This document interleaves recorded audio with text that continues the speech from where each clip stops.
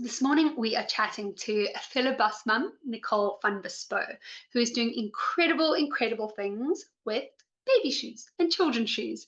She is none other than the founder of Common Tread. If you don't know them, go and look them up.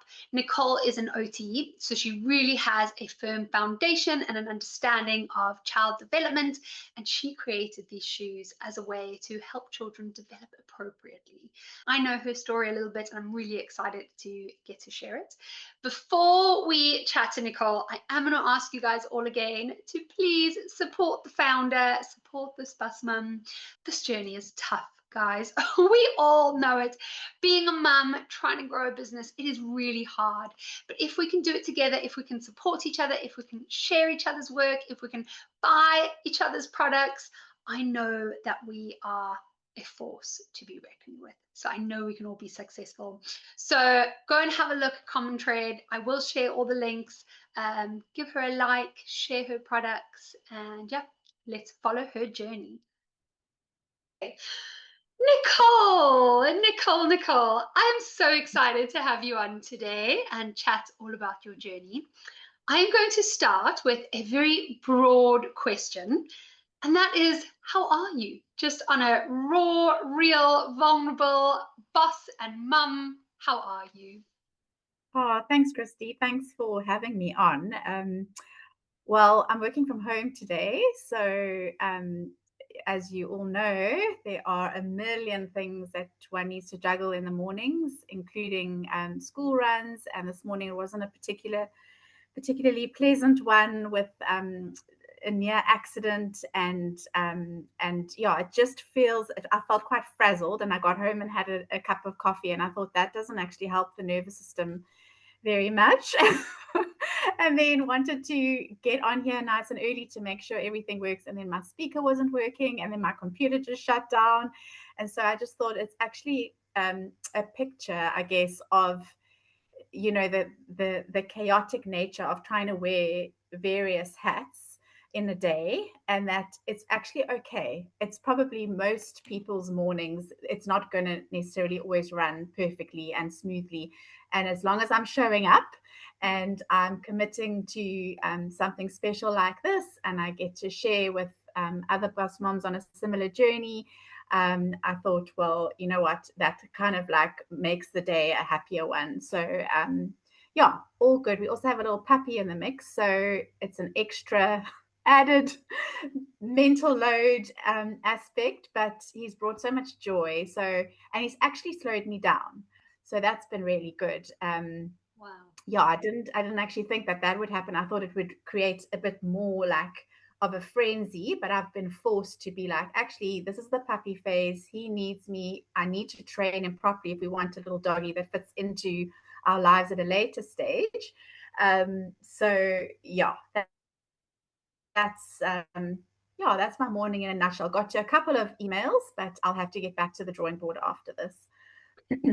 I have to say, I have so many like off ramp kind of stories for that. But my mum got a puppy when I think my middle child was still crawling. And I swore to myself that I would not get a puppy while my children were still young. It seems so lovely. And now every single one of my friends that are like, oh, I'm getting a puppy. I'm like, hold on. Have you thought about this? Like, really Yeah, thought about it? Because it is chaotic having a puppy. absolutely. So well Absolutely. done.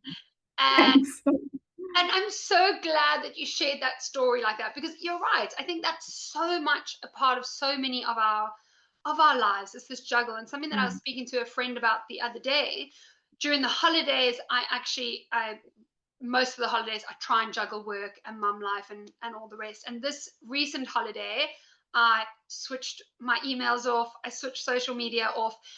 And I said to my friend, there's something that really happens when we let go of the expectations. And even though I did sometimes go on and I did answer a few emails, it was just that expectation that I can't hold 3 children in my home and my business equally during a holiday. And something about letting that go just allowed me to enjoy the process so much more. And I didn't necessarily take anything off of my plate, but it was all in my head that I can't do it all, and that's okay. Or maybe the morning's not going to go perfect, and that's okay. So I'm so Mm. glad that you shared that. And yeah, thank you. I want to talk about common thread. Obviously, that's why we're here today. And I know that you're going to say you're not, but you are an inspiration to so many of us who are Oh, trying to grow businesses. So I am particularly just drawn to, I guess, businesses who have started from a story and a need of their own. Because I feel like there mm, is just a little bit of a better understanding that goes into it, and maybe more of like a need for it to succeed because you know that you needed something. So I'd love to mm. just know your journey from how you started Common Thread and all the way to how it's going now. Great. So Common Thread was born really in the pandemic time during lockdown. Um, that we actually had the headspace, I guess, to flesh out. It was a 10-year dream in the making at that point. We had always dreamt about starting a shoe business. We love design and function, and my husband and I sat together and sort of said, no, there's definitely something here. We wanted to always start a shoemaking business. So we bought a textbook off Amazon, that was like 10 years, so our first year of marriage, and it was bespoke shoemaking handbook. And then John did a US based shoemaking course. And then we realized actually let's start kids because we had two toddlers of our own. We were struggling to find shoes that they actually wanted to wear. So it was always a struggle. We just found it was a struggle to get shoes on our busy, very active boys. They love nature, they love climbing. And then having an OT background, also started watching them while they were moving and realizing actually these shoes were holding them back. So when it was freezing, when it was rainy, they still wanted to be outside. They were in their gum boots, climbing up rocks, doing their jungle gym playtime, and realizing actually they weren't stable. They were slipping a lot. When I would take the shoes off, I would also realize they had like redness around their toes, and just thought there has to be a better shoe out there. And then started researching and realizing actually locally there really isn't anything that is healthy for children's feet, especially in those foundation years. That would be great for their development, but also healthy for their growth, and shoes that also looked cool that they would want to wear. And so we used our sort of garage area. We bought two secondhand sewing machines and we set them up there, and we started creating a product and then trying them on our kids. It was very much a family affair because it was just like building patterns off our kids' feet, letting them try them, learning the craft of leather making. And then when we saw that they were enjoying them and they were actually working on our forest walks and our hikes and things, we then started gifting them to friends' kids, and then got amazing feedback. And people were like, you guys need to take this further, like this is working for us and our kids are loving them. And I think the barefoot shoe trend, we were a little bit behind as a country, but we're sort of catching up now. But I think we hit it at the perfect time because then parents were starting to become aware of the importance of foot shaped shoes, sort of in the growing years. And we then went to a manufacturer in Woodstock. They were handbag people. And so we actually had to train them and teach them how to make shoes. And so our product was a good product, but it wasn't where we knew it could be. I think we then realized we actually have to change manufacturers to people who really are experts in shoemaking. And so now we produce in KZN. And fast forward to today, I guess we very exciting sort of when was it, earlier this year, can't think now, when we opened our first physical store in Woodstock. And that's been really exciting to have. It's not a store where you sort of get the daily foot traffic walking past because we just couldn't afford rental like that in one Yeah. of the main shopping hubs. But it's a store that is in a creative hub in Woodstock, with various other women-owned businesses, entrepreneurs. It's sort of a trendy part of Woodstock, safe parking for people to access. And so it's worked really well for operations, daily operations of our business, but also be able to welcome people into our store to purchase shoes, to try them on, to do our exchanges. And then we also ship locally from that office, and then we do our export shipping from there, because we before that it was all in our home, and I was actually going crazy, putting in loads of washing, watching toddlers. Like, they were so little at that point, so they would be like playing around the shoes, and picking them up and trying to help me pack, and customers coming to our home to try on and buy. And it was great for a season. It was all we could do for a season, but then we realized we needed to grow and expand, and we found a great spot that has sort of reasonable rental for a small business. So that's been really exciting. And then we do export to Dubai and the UK. And recently, very exciting, we've opened a sort of a US based, it's in Virginia. Family friends of ours have taken on Common Thread US, and they've kind of partnered with us, and they're doing really well. So that's very exciting. Yeah, that's kind of where we're at in a nutshell. Wow, Nicole, that is all amazing. So I didn't actually know about your new store and that you're in all these other countries. That is incredible. As you were Yeah. talking, I was wondering, do you feel like you are a natural entrepreneur? Like, you said that you had it in the pipeline for over 10 years before you started. Did you always want to start a business and be a business mum? Or do you feel like you were passionate about the shoes and then you've just to learn the business part? Yeah, I think that's it, Christy. It was sort of, it was born out of a need for my own kids, and then realized it was benefiting my children, and then wanted to like spread the shoe love and the health benefits, and then realized, oh, my background in OT kind of really aligned really nicely with this path. I would say my husband is more the business sort of mind, and I'm sort of more the creative people person, customer liaison, content creator kind of person in the business. So I'm not business minded, and it's been something that I've had to really get my head around constantly. But I feel like I've gained so many skills.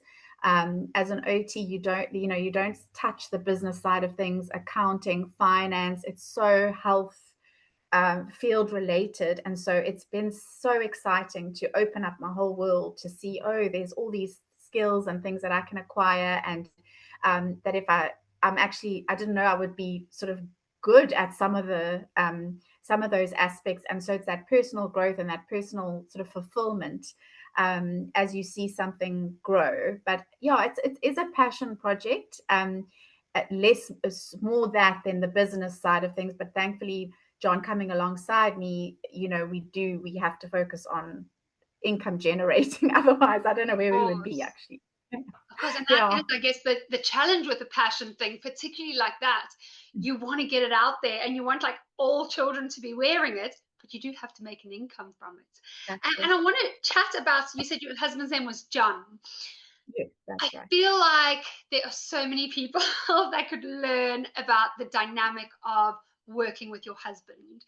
And you say that Mm, you guys complement each other well, which it sounds like. mm, But I can imagine there just being so many hard things about working with a partner. And I know mm, actually in your Bus Mum group and in mine, there are a few couples that are working together to create businesses. mm, Can you talk us through mm, that? The pros, the cons, the things that you've learned, and maybe any advice that you have for somebody wanting to mm, work with their partner? mm. So I think it works really well for us. I think it's the mechanic kind of and the medic, those two minds coming together. Mm-hmm. That's where the complementary side of it comes in. And so we both have a very unique offering to add to the business. And so our roles don't overlap at all, really. So Okay. we just meeting kind of daily to sort of plan strategically. And we had to work really hard at not allowing, in the beginning, we were all consumed by this project and just building it and getting it out there. And we created our own website. We had no money to pay a web developer, etc. And so John's very good at taking something, learning, and then like doing. It's incredible. He's very handy. He thinks analytically. And so it helped to have each other to bounce ideas off, but we both have our individual skill sets. And then I think that the difficulty comes in when you sort of differ on the way the business should Yeah. pan out, or your sort of forecast or your vision for it, or and then, as I say, the business side of things, the rands and cents side of things, is not my strong point. And so he would be saying, but we actually can't do that. We can't make that happen because that's where the budget is allocated or whatever. And so that's where I suppose we would butt heads a little bit. But it's never been. It's for me. It's only ever been inspirational and encouraging. And I think it might be because we're not in the same office Yeah. day in and day out. He continues to have his main engineering project management job, and I run Common Trade. And then he Okay. does Common Trade very much as a sideline hustle now that the products are mostly developed, because it was his baby was research and development in the beginning as well. And so, yeah, I feel like it's just been such a positive thing, such a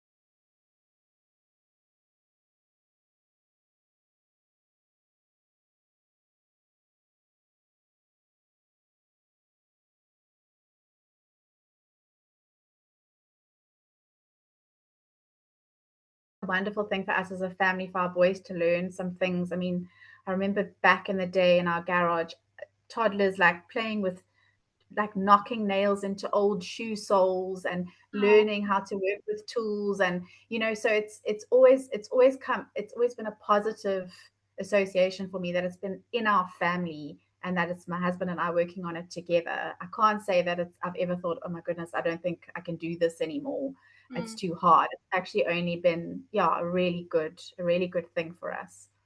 Nicole, that's so special. And as you're talking, it really sounds like there's this foundation of, I guess, like trust and respect for each other. Because even when you are different, and I mean, I don't work with my husband, but even parenting, when you Oh have yeah. something that you're so passionate about and you do have Mm. different views and you have different ways to kind of get to, we both have the same end result. We want our children to be amazing, kind, bright, like all the best things, but sometimes our plan to get there is different.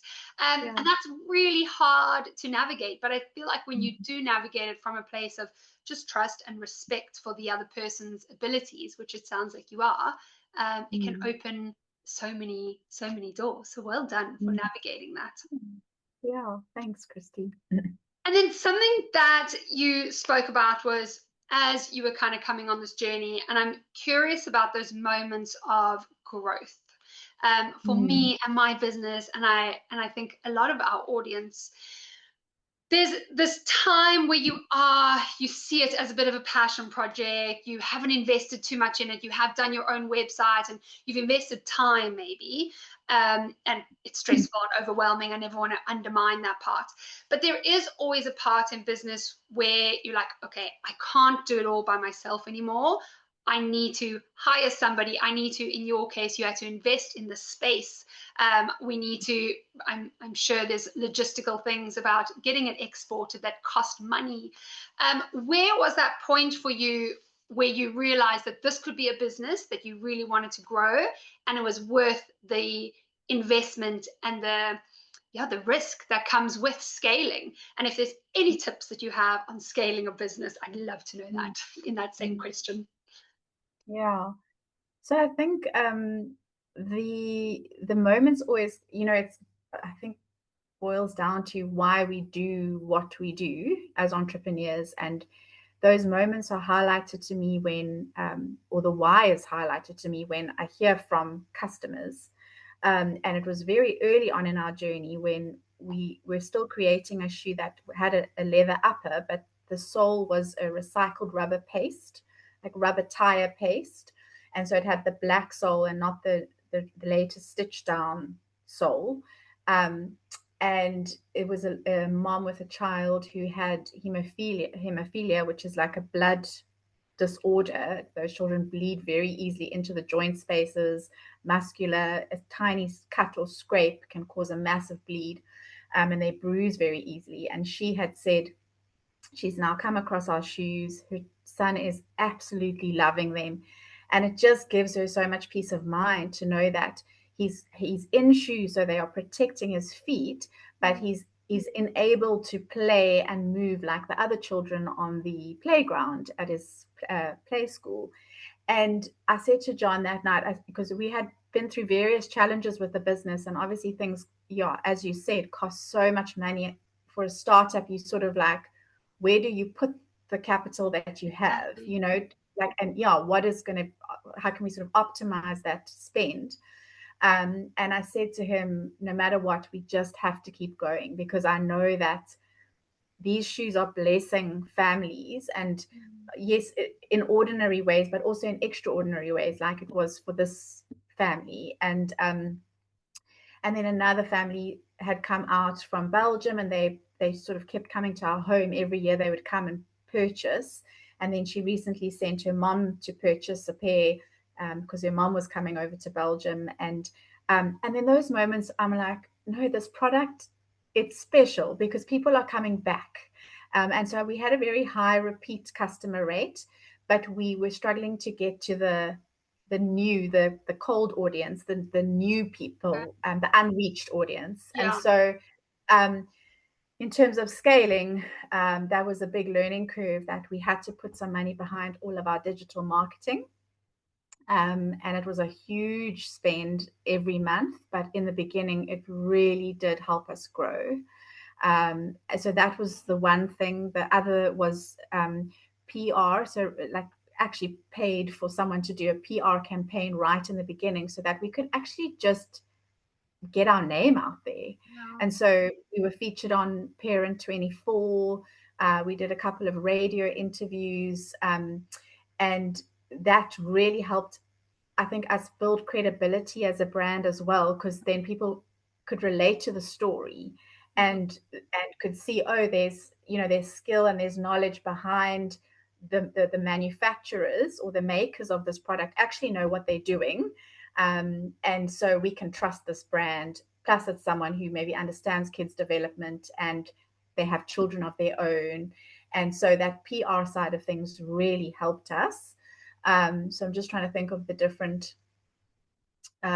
Yeah, I think that was also something that I wanted to say, to put the money where you know you're not going to be able to do it yourself. You're going to run yourself into the ground, and you cannot be spread so thinly. So it might take, days to learn a certain skill. Rather pay someone and use those hours to do what you're good at doing. Where are your strengths, and sort of nurture those strengths. So we had to really quite often sit down and go, um, what is priority? Okay, we've got to leave the rest. We've got to leave. And that was really challenging. But someone said growth is messy. So you might think you're not growing, there's nothing happening. But if you look at, the day to day, and it might seem messy, but actually it means that you're growing, and I took a lot of encouragement from that. And it remains messy, and we 5 years in now. So yeah, I don't know, Christy, if that answers your question. Is anything Definitely. else? And Yeah. I actually got goosebumps when you're talking, because I feel like you're talking directly to me. But I've just hired my first full-time person because of exactly what you're saying. I'm spending so much time in my business doing the Mm, things that I'm actually really not good at.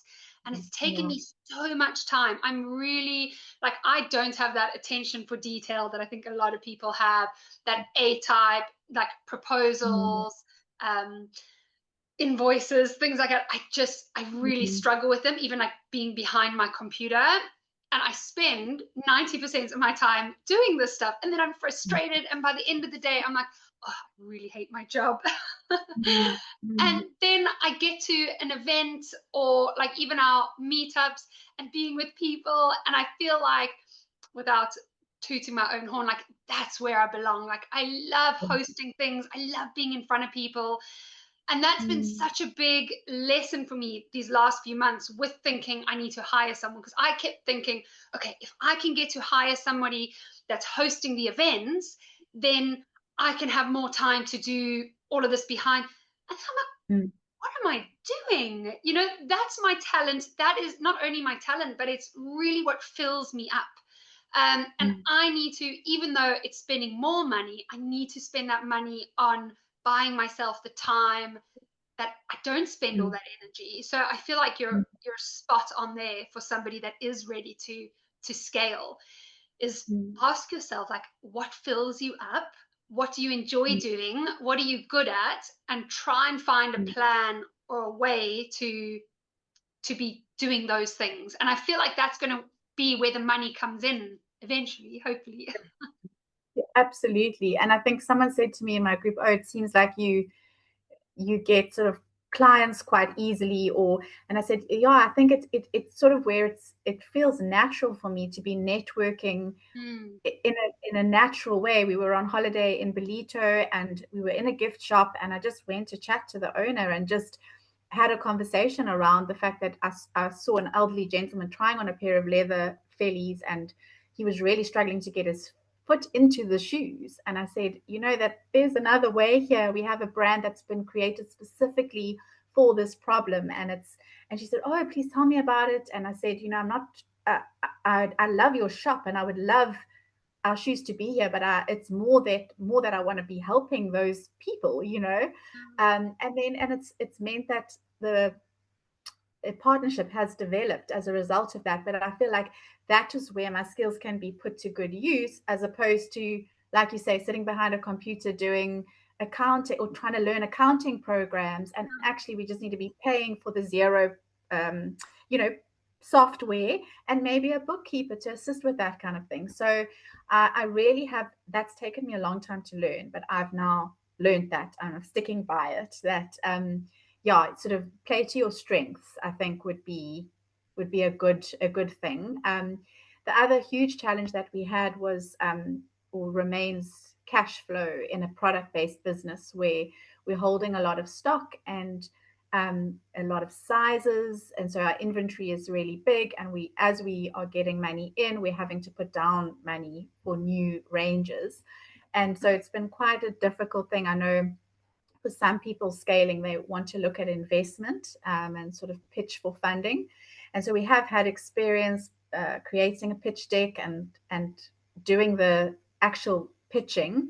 But I think what we keep on coming back to is that we are very fearful of giving away control over our business. So we would only do that if we really feel like it's going to be, if we're going to sort of get more than just the money, if it's going to be the person that comes alongside us and can really invest their skill set and just who they are as people into our business. And so sort of advice in terms of scaling, and we've spoken to some of the big players in the industry, and they've also actually said that to us. They've said grow organically, that slow and steady kind of wins the race versus growing too quickly and you lose complete control over these aspects that are so like close to your heart and make up who you are as a business.